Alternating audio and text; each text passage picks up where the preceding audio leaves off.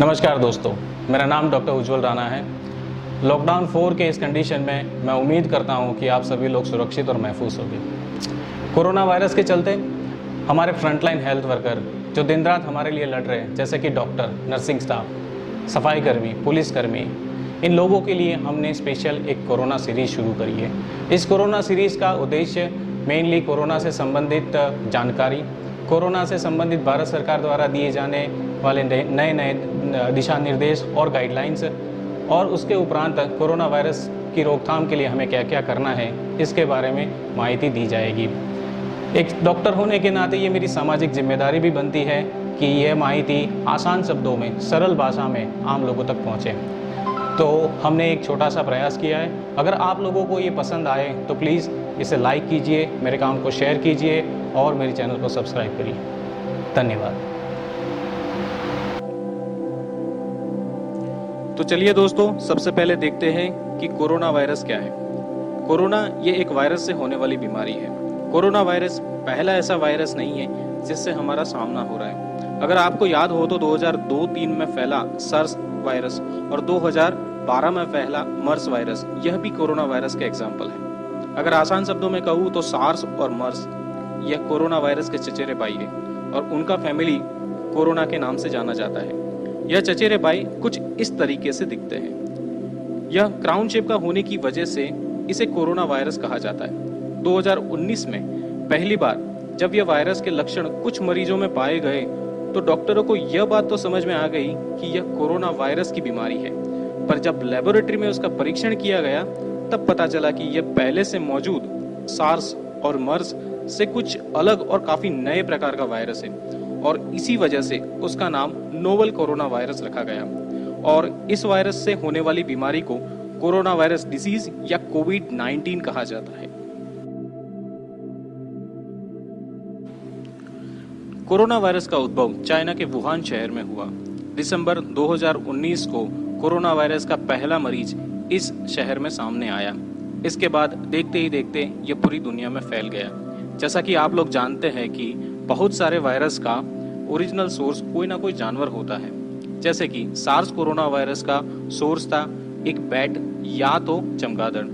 मर्स corona virus का source था ऊंट यानी कि कैमल, और यह जानवर इंसान को संक्रमित करता है और उसके बाद यह संक्रमण एक इंसान से दूसरे इंसान तक फैलता है। पर इस नए कोरोना वायरस के ओरिजिनल सोर्स के बारे में वैज्ञानिकों में भी आपसी मतभेद है।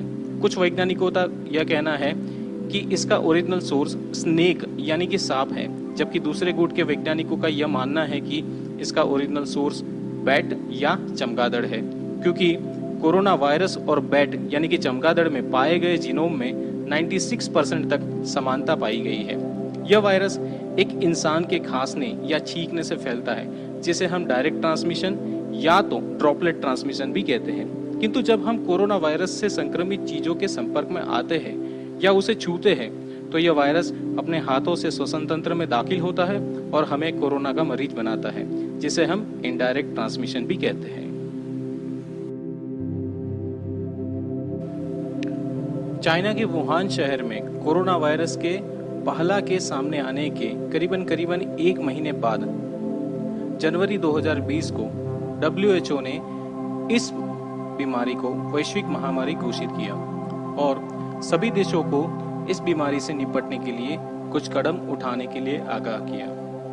अगर आज की दिनांक में देखा जाए तो पूरे विश्व में करीबन 48 लाख कोरोना वायरस के केसेस सामने आ चुके हैं, जबकि 3 लाख से भी ज्यादा लोगों को इस वायरस के चलते अपनी जान गंवानी पड़ी है।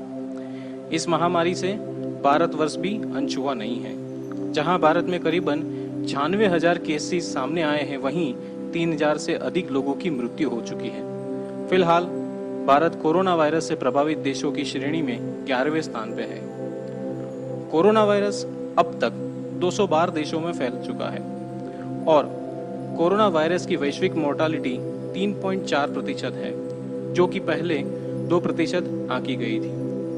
अगर दूसरे वायरल इन्फेक्शन से कंपेयर किया जाए तो ये काफ़ी कम है, पर इसका कंटेजियस रेट बहुत ही ज़्यादा है, जिसकी वजह से ये काफ़ी लोगों में संक्रमण फैलाने में सफल रहा है।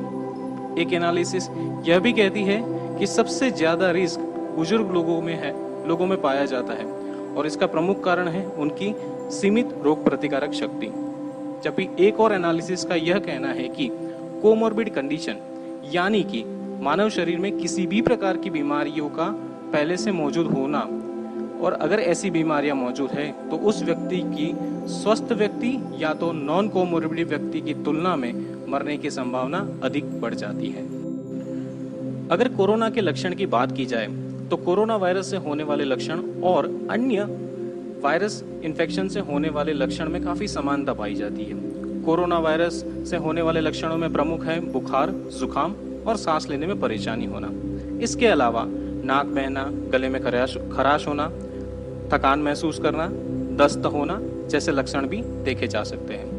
कुछ लोगों का तो यह भी दावा है कि काफी मरीजों में सूंघने की और स्वाद की क्षमता में कमी आती है। सीवियर इन्फेक्शन में कोरोना वायरस लंग्स को नुकसान पहुंचाता है और उसमें धीरे धीरे पानी भरना शुरू हो जाता है। परिणाम स्वरूप इस मरीज को सांस लेने में मुश्किल महसूस होती है और उसको तुरंत ही वेंटिलेटर पर शिफ्ट करना पड़ता है। इसकी पुष्टि हम चेस्ट एक्सरे से भी कर सकते हैं। कई मरीजों में यह पाया गया है कि शरीर के विभिन्न अंगों तक ऑक्सीजन की सही मात्रा न पहुंचने की वजह से मल्टी ऑर्गन फेलर जैसी समस्या सामने आती है और यही मल्टी ऑर्गन फेलर इस मरीज की मौत का प्रमुख कारण बन सकता है। नोवेल कोरोना वायरस की अन्य वायरस के लक्षणों से समानता ही इसके आइडेंटिफिकेशन में अवरोध पैदा करती है और इसीलिए ही अगर आपको बुखार है या खांसी है या जुकाम और सांस लेने में परेशानी हो रही है तो तुरंत ही आप अस्पताल का संपर्क करें और भारत सरकार द्वारा जारी किए गए दिशा निर्देशों का पालन करें। अभी तक कोरोना वायरस का कोई क्योर या इलाज किसी भी देश के पास मौजूद नहीं है, ना ही इसके बचाव के लिए हमारे पास कोई वैक्सीन है। और तो और काफी वायरल इन्फेक्शन में हम लोग एंटीवायरल दवाई लेकर ठीक हो जाते हैं, पर कोरोना वायरस पर इसका कोई प्रभाव नहीं होता है। तो क्या सच में हमारे पास इसका कोई इलाज नहीं है? नहीं।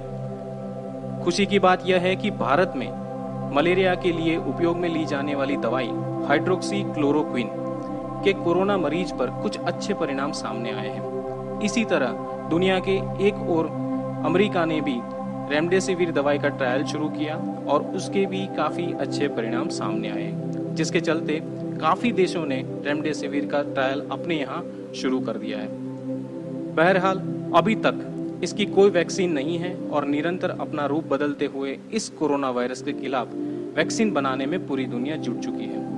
पर सवाल यह उठता है कि यह वैक्सीन बनाने में कब सफलता प्राप्त होगी और यह वैक्सीन कितनी सेफ होगी, ये तो आने वाला वक्त ही बताएगा। क्योंकि WHO के अनुसार कोरोना वायरस के खिलाफ सेफ वैक्सीन बनाने में कम से कम 18 महीने का समय लग सकता है। तो फिलहाल कोरोना से लड़ने के लिए एक ही हथियार हमारे सामने बचता है, वो है हमारी रोग प्रतिकारक क्षमता। WHO ने भी कई उपाय सुझाए हैं जिसे हम आसान शब्दों में SMS के रूप में याद रख सकते हैं। S यानी कि सैनिटाइजेशन, यानी कि अपने हाथों को बार बार सैनिटाइज करना, बार बार धोना। मास्क, M से है मास्क, मास्क पहनना, मुंह को ढककर रखना।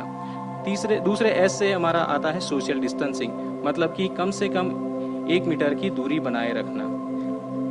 इसके अलावा हम भारत सरकार द्वारा समय समय पर जारी की जा रहे दिशा निर्देशों और नियमों का ईमानदारी से पालन करते हुए अपने आप को कोरोना से बचा सकते हैं।